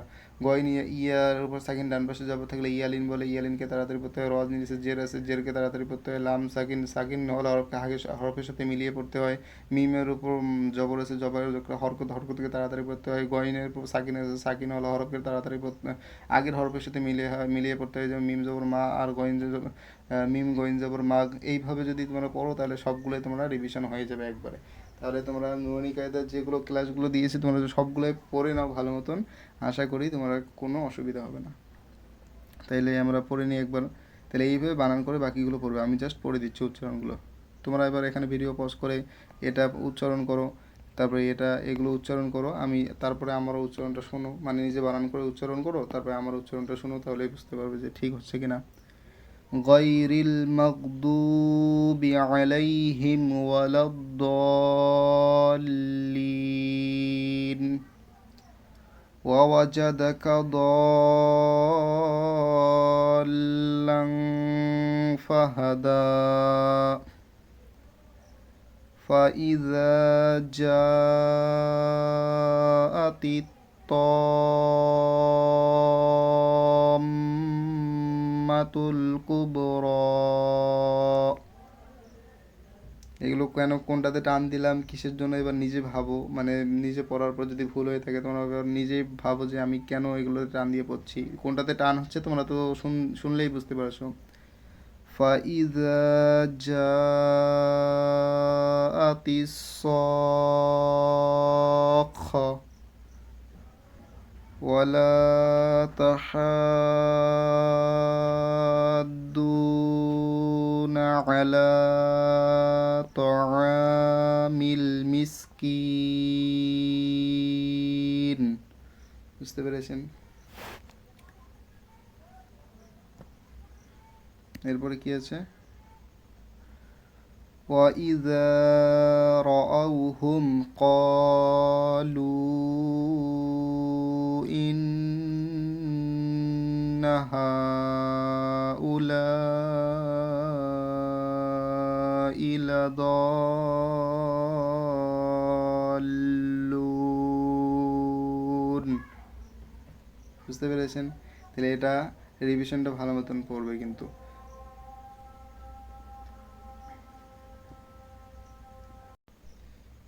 এরপর আমরা পরের দেখব কি কি আছে। হরফে মুকাত্তাআত, হরফে মুকাত্তাআত কোনগুলোকে বলা হয়, মানে যে হরফগুলো কোনো টান বা কোনো জবর জের কোনো থাকবে না, তাদেরকে জবর জের অনুযায়ী তাদেরকে পড়তে হবে। আর এখানে একটা মুকাত্তাআতের মধ্যে যদি মিম এবং নুনের উপরে যদি এরকম মুকাত্তা থাকে, মিম এবং নুন যদি থাকে, তাহলে কি করতে হবে, সেটাকে গুণনা করে পড়তে হবে। তাহলে এখানে কি হরফে মুকাত্তাদ আলিফের উপর কোনো জবর নেই, তাহলে এটা কি করতে হবে, আমাদের আলিফ করতে হবে। তাহলে কীভাবে পড়বো? আলিফ লাম মিম, বুঝতে পেরেছেন? আলিফ লাম মিম, মিমের উপর আছে এই জন্য মিমকে গুণনা করলাম। তাহলে আলিফ লাম মিম সদ, মাত থাকার কারণে আমরা টান দিয়ে পড়বো, 4 থেকে 5 আলিফ পড়ে ব্যাস। আলিফ লাম র, আলিফ লাম মিম র, কাফ হা ইয়া আইন সদ, ত হা, ত সিম মিম, এখানে সিন কিন্তু না, সিম পড়তে হবে, মিম আছে মিলের সাথে মিলিয়ে পড়তে হবে। ত সিন, মুখতা হরফগুলোকে ওর যে উচ্চারণ পড়েছি ওই উচ্চারণ পড়বো, জাস্ট টান দিয়ে পড়বো। ইয়াসিন, ইয়া খারা যাবর আছে এই জন্য ইয়া খারা যাবর ইয়া বললাম, জাস্ট এই হরফের উপর কোনো চিহ্ন নেই, শুধু মাত চিহ্ন আছে, এই জন্য আমরা কি ওই হরফের যে উচ্চারণ ওই উচ্চারণ হিসাবেই পড়লাম। সদ হামিম,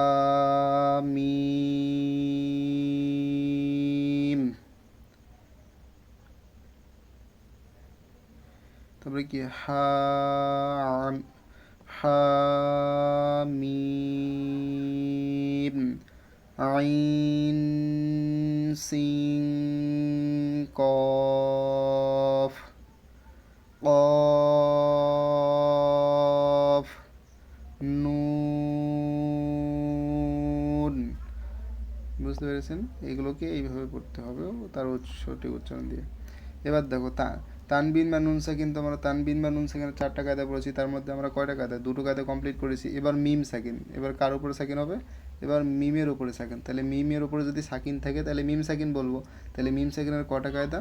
মিম সাকিনের আবার 3টে কায়দা। কী কী কায়দা আছে? ইজহার, ইজহার মানে কি? জাহির করে পড়তে হবে। ইকফা আর ঈদগাম, ঈদগামে স্বাভাবিক। তাহলে ইজহার মানে কি? জাহির। কি বলেছে দেখো, ইজহার কোনটা?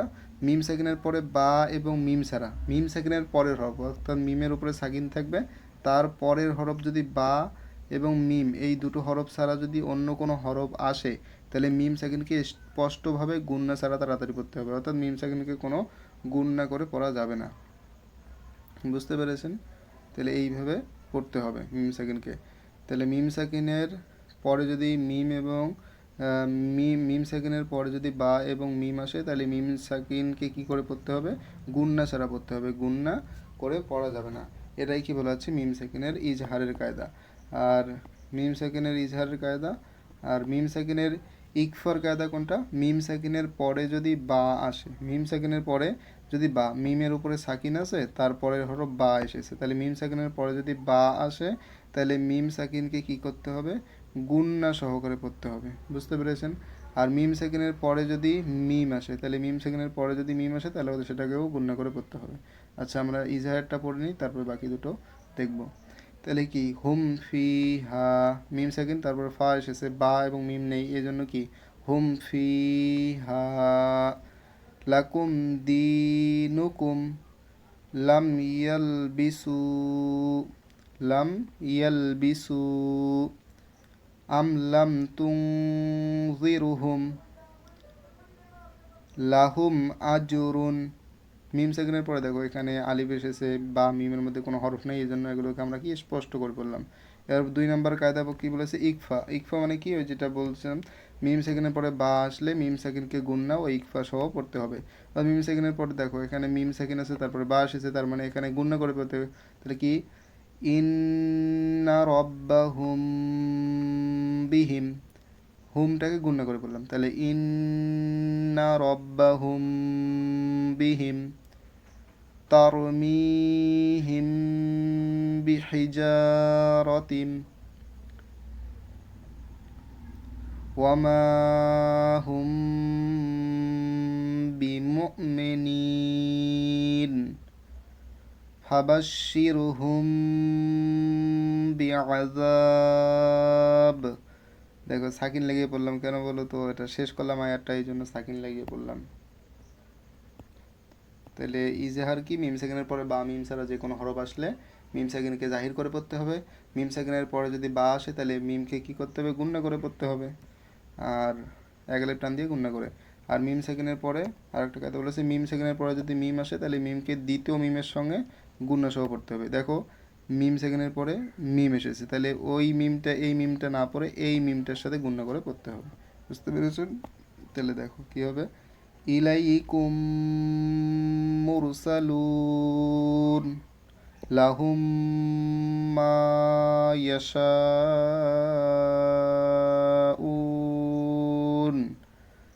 ফি কুলুবিহিম মারাদুন। মারদ পড়তে পারো, দুই পেশ থাকলে কি র পড়বে, তাহলে কি ফি কুলুবিহিম মারাদ ফাহুম মুরিদুন।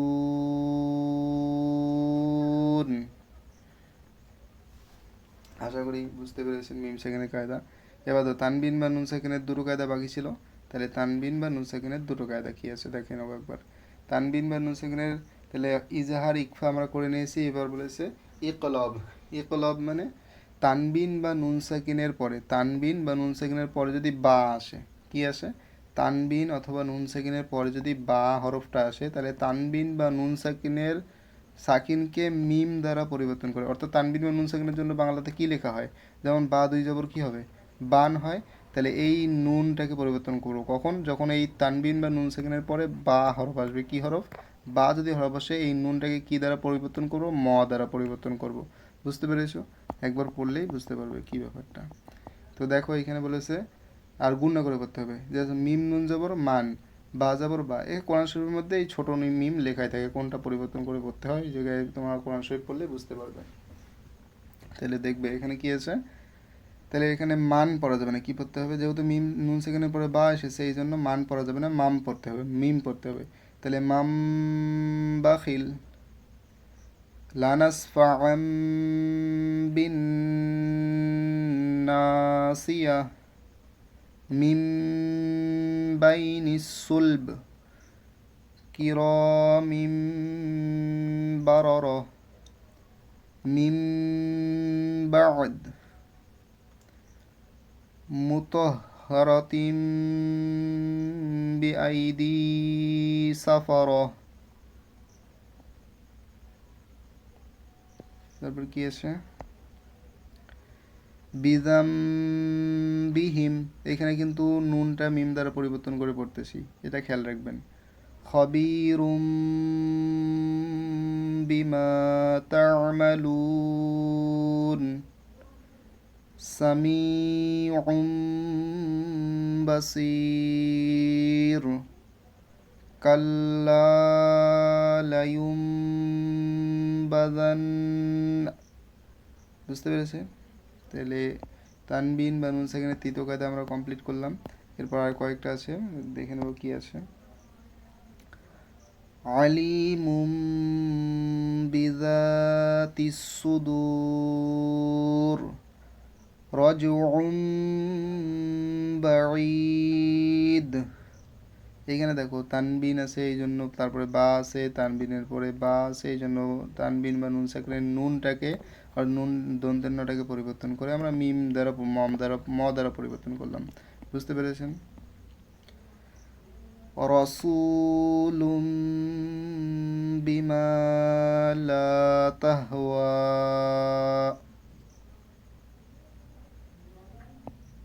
এরপরে আছে নুনে করতনির বন্যা। অর্থাৎ দেখো কোরআন শরীফের মধ্যে এইভাবে লেখাই থাকবে, সহজ ভাষায় বলে দিই, কোরআন শরীফের মধ্যে যদি কোনো জায়গায় এইভাবে নুন ছোট নুন একটা লেখা থাকে তাহলে কি করবে, ওর যে আশেপাশের হরফ ওই হরফ কোনটাও পড়বে না, শুধু ওই নুনটার নিচে জোর দিয়ে একসাথে মিলিয়ে পড়বে। যেমন খয় আর জবর খয়, র আলিফটা ধরা যাবে না, র জবর র, তাহলে খয় র, নুন লামজের নীল, এটা র লাম, এই এটা ডাইরেক্ট পড়া যাবে না, র জবর র, নুন নুন লামজের নীল, তাহলে খয় র নীল, ওয়াও জবর খয় র নীল ওয়া, সাদ ইয়াজের সি, খয় র নীল ওয়াসি, ইয়া জবর ইয়া, ইয়া হা জবর ইয়া, তাহলে খয় র নীল ওয়াসিয়া। বুঝতে পেরেছেন? এইভাবে পড়তে হবে। ছোট নুন থাকলে ওই নুনটাকে যদি জের দ নাও থাকে তাহলে তোমাদের কি ধরে নিতে হবে যে ওই নুনের নিচে কি আছে, জের আছে। ওই নুনটাকে সবসময় জের দিয়ে পড়তে হয়। তাহলে খয়রনিল ওয়াসিয়া শাইআন ইত্তাখায নূহু ইবনা নূহু নিবনা আমওয়ালুন ইকতারাফতুমুহা قدير الذي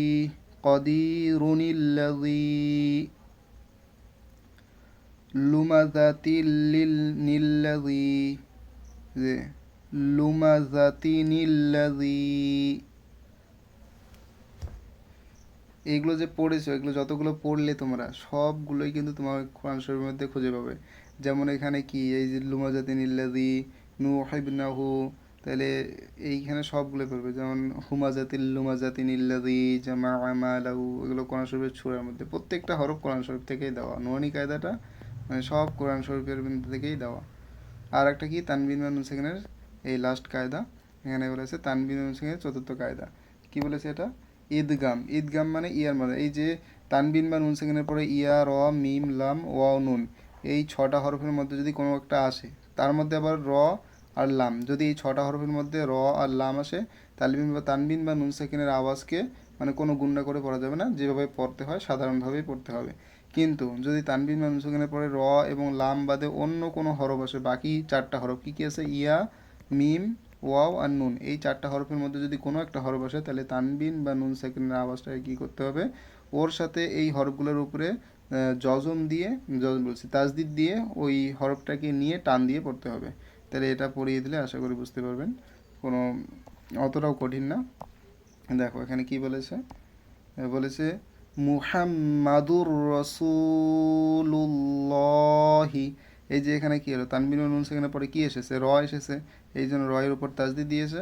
আর রটাকে কি মানে স্পষ্ট করে পড়েছে, কোনো টান টান দিয়ে নেই। তাহলে মুহাম্মাদুর রসুলুল্লাহ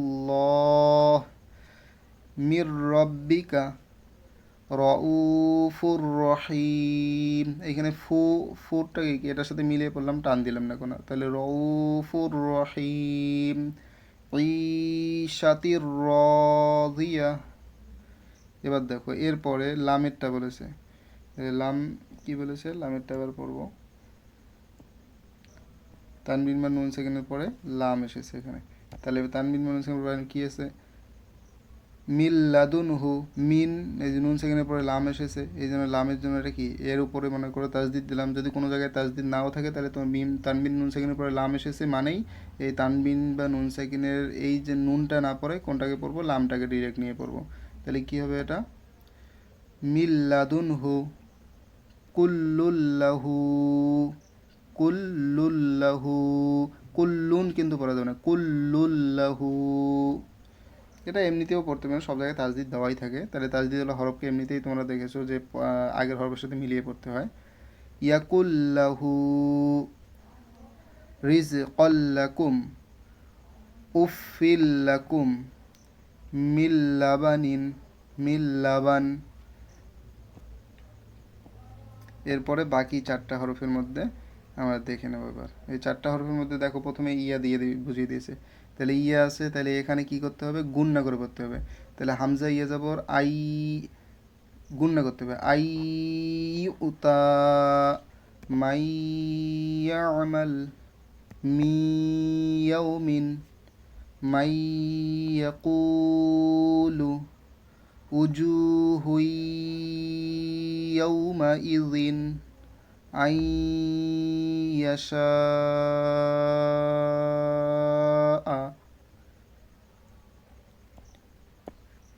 এরপরে ওয়াও এসেছে, একই রকমভাবে পড়বো ওয়াও।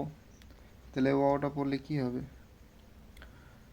ইলাহাউ ওয়াহিদা রহিমু ওয়াদুদ ইউওয়াহাবাত মিউ ওয়ারাইহিম জান্নাতি ওয়া উয়ুন মাউইদ, তারপরে মিম, রসুলুম মিনাল্লাহ। দেখো এমনিতেই জানো মিমের উপর তাজ থাকলে কি গুণনা করে পড়তে হয়, এগুলো কোনো কঠিন নয়, একটু বুঝিয়ে পড়লে হয়ে যাবে। সিরাতাম মুস্তাকিমা, আম্মান খায়রুম মিন মিম মিথলিহি। আশা করি বুঝতে পেরেছেন। তো এরপরে নুন বলেছে, এরপরে নুন দিয়ে পড়বো। তাহলে নুন কি আছে?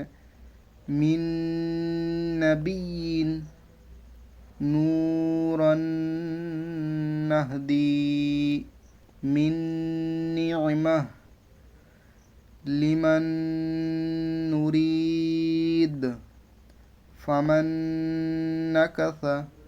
এ দেখো এগুলোতে কোনো সময় আমি কিন্তু দাল পড়তেছি আবার ইয়ে করতেছি, কেন পড়তেছি? তোমরা ওই কায়দা পড়েছো, এই জন্য ওই কায়দা অনুসারে পড়তেছি। অর্থাৎ শেষের হরফে এই পেশ জবর এগুলো থাকার জন্য আমরা সাকিন করে পড়তে হয়, এই জন্য আমি সাকিন করে পড়তেছি। তাহলে মিন নাসিরিন, কী হবে এটা? মিন নাসিরিন।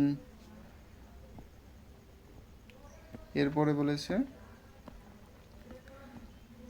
এই কয়েকটা জিনিস তোমাদের একটু মুখস্থ করে রাখতে হবে। অর্থাৎ এই জিনিসগুলা মানে এগুলো কোরআন শরীফের মধ্যে এইভাবে কাটা চিহ্ন দেওয়া থাকে না, কিন্তু তোমাদের এই কয়েকটা জিনিস একটু মুখস্থ করে রাখতে হবে।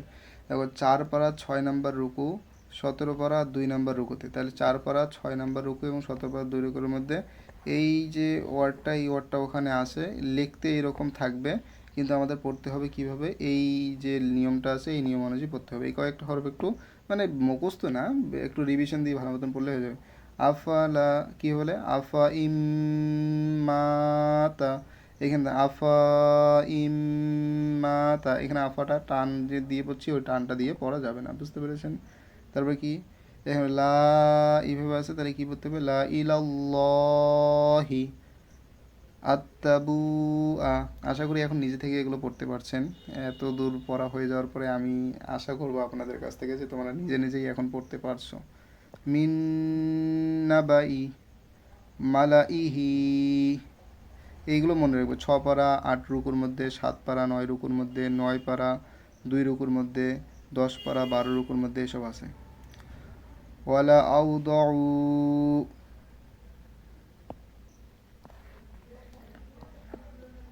তারপরে কি আছে? সামুদ লিতাতলুয়া লান নাদউয়া লিস। এই দেখো এখানে সা টান দেওয়া যাবে না, তাহলে কি করতে হবে? ডিরেক্ট লিশাই ইন লাকিন লাআযবাহ লাআজ, কি বলেছে? লাআজবাহান্নাহু। তাহলে এই কয়েকটা একটু, এই কয়েকটাই, এর এর বাইরে নেই, এই কয়েকটা একটু তোমরা এই কয়েকটা শব্দ যদি পারো মানে 10-15-20 বার একটু ভালো মতন পড়ে নেবে, তাহলে হয়ে যাবে। তাহলে এবার দেখো সবগুলো যে পড়েছি বা সবগুলোই মিলে এবার একটা পড়া দিয়েছে। তাহলে কি আছে পড়ে নেব, তোমরা নিজে থেকে বানান করে উচ্চারণ করে পড়ার চেষ্টা করো। জাযাআ হাদাইক মালাইকা উলাইকা ইন্না আ'তাইনাকাল কাউসার ওয়া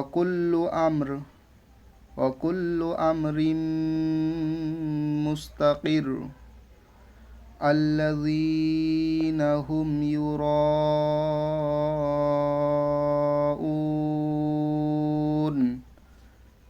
তানাজ্জালুল মালাইকাতু ওয়ার রূহু ফিহা বিইذনি রাব্বিহিম মিন কুল্লি আমর। কীভাবে টান দিয়ে পড়তেছি, এই টানগুলো প্রত্যেকটাও তোমরা মিলিয়ে মিলিয়ে পড়বে। মানে প্রথমে বানান করে পড়বে, তাহলে তোমার বুঝতে পারবে। আগে নিজে থেকে এগুলো পড়ো, তারপরে আমার রিডিং, মানে এক লাইন পড়ো, এক লাইন আমার কথা শোনো, বা একটা আয়াত এই পর্যন্ত একটা আয়াত তোমরা নিজে থেকেই পড়ো, 2-3 বার পড়ো, তারপরে পজ করার পরে আমার কথাটা শোনো, তারপরের লাইনটা তোমরা পড়ো, পজ করে পড়ো, পড়ার পরে আমার কথা শোনো। তাহলে কী হবে, তোমাদের মানে জিনিসগুলো দেখবে যে আসলে আমি ঠিক হচ্ছে কি না, তাহলে বুঝে যাবে যে আমি নিজে থেকেই পড়তে পারছি। আরবিতে আমি প্রথমে আগেও আপনাদের বলেছিলাম যে আরবি পড়ার জন্য আপনাদের কী করতে হবে, মানে হরফগুলোকে ভালো মতন চিনতে হবে, কোনটার পরে কোনটা হরফ আছে। আর জবর জের এই আকারগুলো আরবিতেই কয়েকটা, দেখো এত তোমরা পড়ে এসেছো কয়েকটা জিনিস, জবর জের পেশ, দুই জের দুই পেশ, তানবিন সুকুন, এই কয়েকটা জিনিস, আর কোন বেশি জিনিস নেই কিন্তু। তাহলে এই কয়েকটা জিনিস মনে রাখলে আরবি পড়তে কোনো কঠিন হয় না। আমরা অনেকেই ভাবি যে আরবি কঠিন জিনিস, কিন্তু অ্যাকচুয়ালি আরবি কিন্তু অতটাও কঠিন না আমরা যতটা ভাবি। তাহলে এরপরে পরে দেখি কি আছে। সালামুন হিয়া, এ দেখো এখানে কফ আর সা, আচ্ছা এরপরে আছে, তোমাদের বুঝিয়ে দিচ্ছি, যে এটা দেখে নাও এখন। সালামুন হিয়া হাত্তা মাতলাইল ফাজর হুমাজাতিল লুমাজাতিনিল্লাযী, এ দেখো এই ছোট নুনটা এসেছে, এই জন্য জেদ দিয়ে পড়েছে, নিল্লাযী ইহদিনাস সিরাতাল মুস্তাকিম। দেখেছো, তাহলে অনেকে মানে কোরআন শরীফ এটা পড়ার সময় অনেকে ভুল করে, এহদেনা ইহদেনা, মানে ইহদেনা মানে অনেক রকমভাবে পড়ে। বলছি না তারা, মানে তাদেরকে একটু কোরআন শরীফে দেখা উচিত যে কি আছে। তাহলে হামজা হাজের ইহ, দাল জের দি, ইহ দিন, নুন সিন সদ জবর নাস, ইহদিনাস সিরাতাল মুস্তাকিম لا تحمل رزقها الله يرزقها।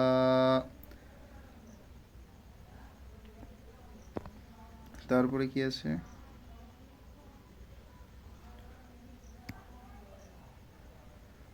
ওয়ালা আজরুল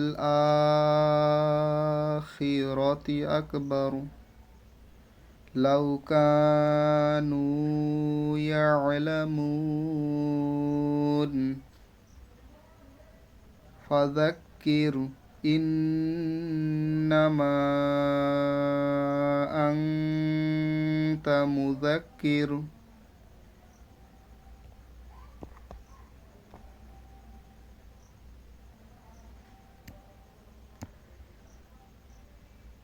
ওয়ালিতামাত্তাউ ওয়ালিয়াতামাত্তাউ ফাসাউফা ইয়ালামুন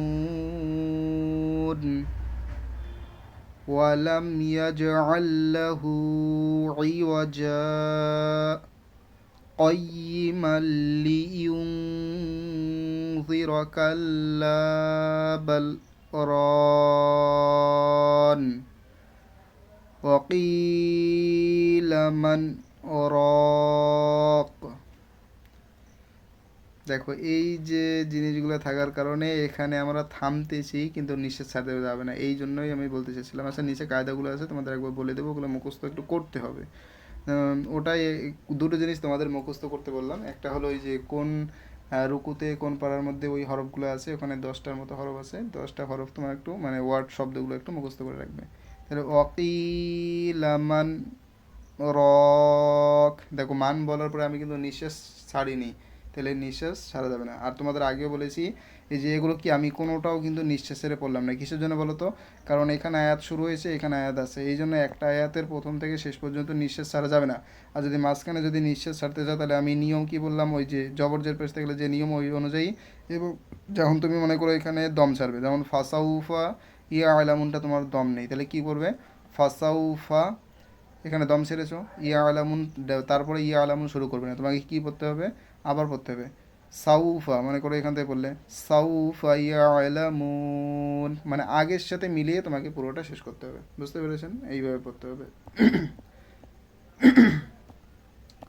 আচ্ছা তারপরে পরে আছে কি, আলাস্তু বিরাব্বিকুম قالوا بلى شهدنا أن تقولوا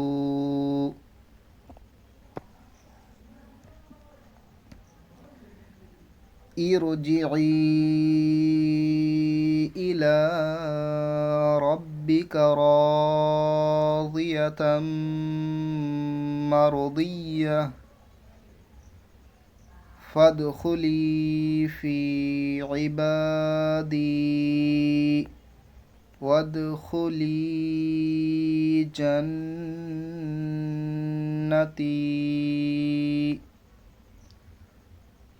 رب هذا البيت وآمنهم من خوف। তো আশা করি আপনারা এখানে পর্যন্ত পড়েছেন। এই পর্যন্ত যা দেখলেন, যতগুলো আমার আগের ক্লাসগুলো আছে সবাই আগের ক্লাস একদম প্রথম থেকে দেখবেন। আশা করি আপনারা যদি এই পর্যন্ত করেন, আর যারা মানে আমি যে বললাম যে আমি পড়ার আগে তোমরা নিজে থেকে পড়ো, যদি মনে হয় যে নিজে থেকে পড়তে পারছেন তাহলে আলহামদুলিল্লাহ, আপনাদের কোরআন শরীফ পড়তে আর কোনো কষ্ট হবে না, কেননা কোরআন শরীফে সেম এরকমভাবেই আছে। আমি জাস্ট কয়েকটা জিনিস বললাম, কি বলুন, যেগুলো আয়াতের মাঝখানে সে দম ছেড়ে পড়বে না, কীভাবে যদি দম ছাড়তে হয় দম ছাড়বেন, সেই নিয়ম অনুযায়ী দম ছাড়বেন, অর্থাৎ শেষের হরফের মধ্যে কী চিহ্ন আছে সেই চিহ্ন অনুযায়ী, যদি জবর, তারপরে জের, তারপরে পেশ অথবা দুই জের দুই পেশ অথবা খারিজের এবং উল্টা পেশ থাকে তাহলে শেষের হরফকে সাকিন করে পড়বেন। যদি গোলতা থাকে গোলতাকে হা ধরে সাকিন করে পড়বেন। যদি দুই জবর থাকে তাহলে এক জবরের সাথে এক জবর টান দিয়ে পড়বেন। যদি খাড়া জবর শেষে থাকে তাহলে খাড়া জবরই পড়বেন। এইভাবে যদি মানে করো শেষে সাকিন থাকে তাহলে সাকিনকেই পড়বেন, এইভাবে পড়বেন। পরে ওই হরফটার আগের হরফের সাথে দম নিঃশ্বাস ছাড়লেন, ছাড়ার পরে এবার কী হবে, আগের হরফটার সাথে তোমাকে আবার জড়িয়ে পড়তে হবে। যেমন এখানে তোমাকে একটা জাস্ট উদাহরণ দিয়ে বলছি, যেমন বললাম যে ও আমান কি আছে, ও আমানা হুম, এখানে হুম বলে তোমার নিঃশ্বাস শেষ আর তুমি পড়তে পারছো না। তারপরে এখানে আর একটু ধরি, তাহলে ও আমানা হুম মিন, এই পর্যন্ত পড়েছো, তোমার আর নিঃশ্বাস করছে না, তাহলে কি করবে, পরে যে শুধু খৌফ পড়বে না, কি করতে হবে, মিন খৌফ, এই পর্যন্ত এইভাবে পড়বে। আশা করি বুঝতে পেরেছেন। আচ্ছা, এরপরে কয়েকটা কায়দা আছে, এই কায়দাগুলো অর্থাৎ কোথায় দম ছাড়তে হবে কোথায় দম ছাড়া যাবে না সেইটাই দেখো এখানে বলে দিয়েছে, এই চিহ্নগুলো একটু পড়বেন। মিম, তাহলে মিম যদি কোনো আয়াতের মাঝখানে বা যেখানেই মিম থাকুক, চিহ্ন আকারে থাকুক, এই চিহ্ন থাকে কি, মিম যেখানে থাকবে সেখানে তোমার থামতেই হবে। জিম এবং ত, এই চিহ্নতে মানে থামা উচিত, তুমি থামলেও চলবে, যদি না থামো পড়ে যাও কোনো সমস্যা হবে না। লাম আলিফ, এই চিহ্নে থাকলে না থামা উচিত, মানে এই চিহ্ন যেখানে থাকবে, যদি আয়াতের উপরে থাকে তাহলে তুমি থামতে কোনো সমস্যা নেই, কিন্তু আয়াতের মাঝখানে যদি থাকে তাহলে তুমি থামবে না, পুরোটা পড়ে যাবে, ওইখানে থামার উচিত নয়। কফা, কফ সদ, সদ লাম ইয়ে, তারপরে জাল, যা, এই কয়েকটা থাকলে, এই চিহ্ন থাকলে না থামা উত্তম, অর্থাৎ এই কয়েক চিহ্ন যে জায়গায় থাকবে সেখানে থামা উচিত নয়। আর ও কফাহা সিন কাপ তাহা, এই চিহ্নে কি থামতে হবে, কিন্তু ওই যে যেটা বললাম শ্বাস বন্ধ হবে না, অর্থাৎ শ্বাস সেখানে আটকায় থাকবে, কিন্তু বেশিক্ষণ থামাতে যাবে না, বেশিক্ষণ থামতে হবে আর কি, মানে শ্বাস যেন তোমার আটকে থাকে। আর এই গোল চিহ্ন কি আয়াত বলে এই জায়গায় কি শেষ হয়, এই জায়গায় থামা উচিত, মানে তুমি থামলে ভালো হয়। প্রত্যেকটা নবী করিম সাল্লাল্লাহু আলাইহি সাল্লাম প্রত্যেকটা আয়াতকে থেমে থেমে তেলাওয়াত করতেন। তারপরে এই যে লাভের মতন চিহ্ন, এতে কুফুর চিহ্ন, এই আয়াতের মতো, এটি আয়াতের মতো, মানে এটা যে জায়গায় থাকবে সেটাও একটা আয়াতের মতনই, বুঝতে পেরেছেন। তো আশা করি এই পর্যন্ত পড়েছেন। আর এখানে পড়ার কয়েকটা কায়দা আছে, তোমরা একবার পড়ে নেবে বাংলাগুলো, পড়লে নিজে থেকে বুঝতে পারবেন। আশা করি দেখে নেন, আমি দেখে দিচ্ছি। 5টা কায়দা এখানে আছে, বিবিধ, মানে কোরআনে কীভাবে পড়তে হবে একটু দেখে নেন তোমরা, দরকার পড়লে স্ক্রিনশট করে নেবেন, নিয়ে পড়বেন জিনিসটা কী বলেছে। আর যেগুলো বলেছি ওগুলোর মধ্যে থেকেই, এর বাইরে নেই। তো আশা করি আপনারা সবাই বুঝতে পেরেছেন। নুরানি কায়দা আমরা এখানেই শেষ করলাম। আপনাদের যদি মানে নুরানি কায়দার কোনো যদি সন্দেহ থাকে, কোনো যদি প্রশ্ন থাকে, কোনো যদি জানার থাকে, আপনারা কমেন্ট বক্সে অবশ্যই জানাবেন, এবং মানে ভিডিওটা অবশ্যই শেয়ার করে দেবেন যারা আরবি শিখতে চায়, কেননা সব থেকে দুনিয়ার মধ্যে বলতে গেলে একটা মানে আমল বলতে গেলে, ভালো আমল নেক আমলের মধ্যে কোরআন যে শেখে এবং অন্যকে শেখায়, কেননা মানুষ মৃত্যুর পরে কি হয়ে যাবে, মানুষ মৃত্যুর পরে সবাই এই দুনিয়া থেকে চলে যাবে, কিন্তু সব আমল বন্ধ হয়ে যায়। তার মধ্যে কয়েকটা আমল তার জারি থাকে, একটা সদকায় জারিয়া, অর্থাৎ দুনিয়াতে যদি কোনো সদকা করে সেটা একটা তার তার যে কর্ম, তার যে মানে কাজ, সেই কাজ, ভালো কাজগুলো, সেই কাজগুলোর বিনিময়ে সে কাল কবরে বসে সওয়াব পাবে।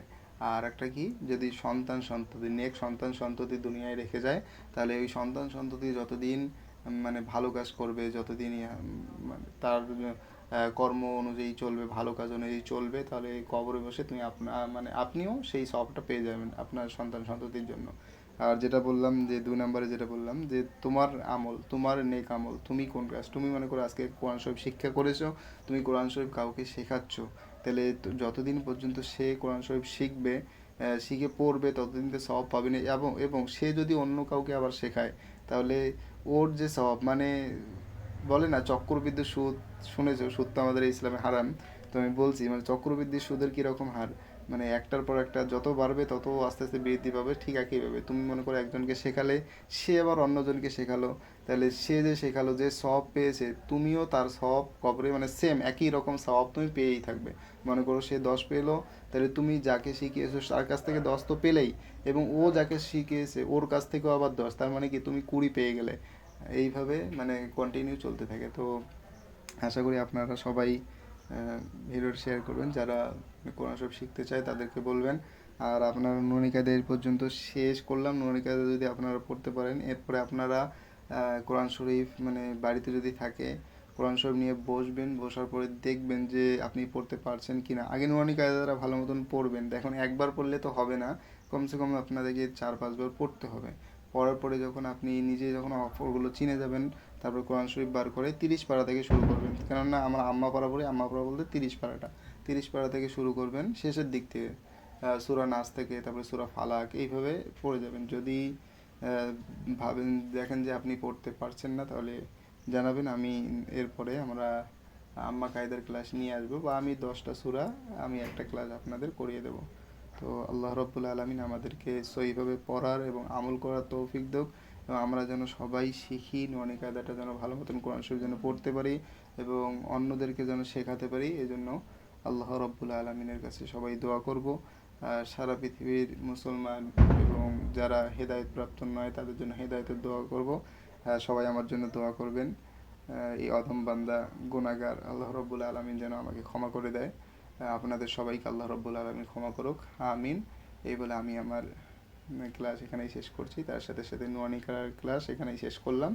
আশা করি আপনারা পড়বেন, শিক্ষা করবেন, এবং যদি কথার মধ্যে কোনো কিছুর মধ্যে আপনাদের কোনো মানে দুঃখ লেগে থাকে, বা আমি বলে ফেলেছি এরকম কথা যদি হয়, তাহলে আমাকে ক্ষমা করবেন আল্লাহর ওয়াস্তে। আসসালামু আলাইকুম, ভালো থাকবেন, দোয়া করবেন সবার জন্য। আসসালামু আলাইকুম ওয়া রাহমাতুল্লাহি ওয়া বারাকাতুহু। আল্লাহ হাফিজ।